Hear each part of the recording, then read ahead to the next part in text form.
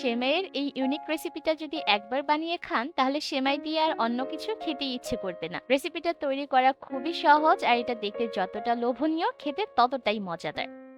এই সেমাইটা রান্না করার জন্য আমি এখানে নিয়েছি ১ কাপ পরিমাপে লাল সেমাই। সেমাইগুলোকে ভেঙে একটু গুঁড়া করে নিয়েছি। সেই সাথে নিয়েছি ২ টেবিল চামচ লিকুইড দুধ। এর মধ্যে দিলাম ১ টেবিল চামচ কর্নফ্লাওয়ার। কর্নফ্লাওয়ারটাকে ভালোভাবে দুধের সাথে মিশিয়ে নিচ্ছি, এটা পরবর্তীতে ব্যবহার করব। এবার চুলায় একটা প্যান বসিয়ে দিয়ে এর মধ্যে নিয়েছি ১ টেবিল চামচ ঘি।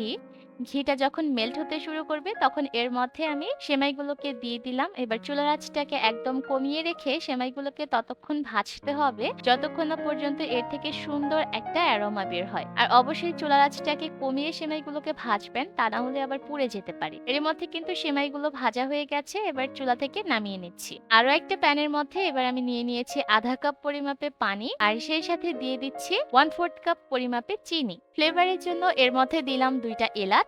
যখন চিনিটা গলে গিয়ে পানির মধ্যে একটা বলক উঠে আসবে তখন এর মধ্যে আমি ভেজে রাখা সেমাইগুলো দিয়ে দিচ্ছি। চুলার আঁচটাকে একদম কমিয়ে রেখে রান্নাটা করতে হবে। সবকিছুকে মিশিয়ে দিব আর সেমাইগুলোকে সমান করে বিছিয়ে দিয়ে হাঁড়িটাকে ঢাকনা দিয়ে ঢেকে সেমাইটাকে দমে রাখতে হবে ২ থেকে ৩ মিনিটের মতো। ২-৩ মিনিট পর ঢাকনাটাকে খুলে এই সেমাইগুলোকে উল্টে দিতে হবে। আর এই দমে রাখার কারণে কিন্তু সেমাইগুলো খুব ভালোভাবে সিদ্ধ হবে আর এটা অনেকটা সফট হবে। আমি আবারও হাঁড়িটাকে ঢাকনা দিয়ে ঢেকে সেমাইটাকে ৩-৪ মিনিটের মতো রান্না করে নিব। আর ৩-৪ মিনিট পর ঢাকনাটা খুলে দিয়েছি। দেখতেই পাচ্ছেন সেমাইগুলো খুব সুন্দরভাবে সিদ্ধ হয়ে গেছে। আর এটা এই পর্যায়ে কিন্তু অনেক বেশি সফট হয়েছে। হাঁড়িটাকে চুলা থেকে নামিয়ে নিয়েছি। এবার আরো একটা হাঁড়ির মধ্যে দিয়েছি ২ কাপ পরিমাপের লিকুইড দুধ। এর মধ্যে দিয়ে দিলাম কর্নফ্লাওয়ার মিশ্রিত দুধ আর অবশ্যই কর্নফ্লাওয়ারের মিশ্রণটা দেওয়ার আগে একটু নেড়েচেড়ে মিক্স করে দিবেন। সেই সাথে দিয়েছি 1/4 কাপ চিনি।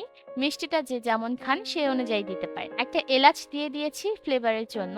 এবার ততক্ষণ পর্যন্ত দুধটাকে জাল করতে হবে যতক্ষণ না পর্যন্ত এই মিশ্রণটা ঘন হয়ে আসে। আর এর মধ্যে কিন্তু মিশ্রণটা ঘন হয়ে এসেছে, একটু লিকুইড থাকা অবস্থাতে এটাকে নামাতে হবে যেহেতু কর্নফ্লাওয়ার ব্যবহার করেছি। এটা ঠান্ডা হয়ে যাওয়ার পর কিন্তু আরো একটু শক্ত হয়ে যাবে। এবার একটা বাটির মধ্যে আমি অর্ধেকটা সেমাই নিয়ে এভাবে করে সমান করে বিছিয়ে দিয়েছি।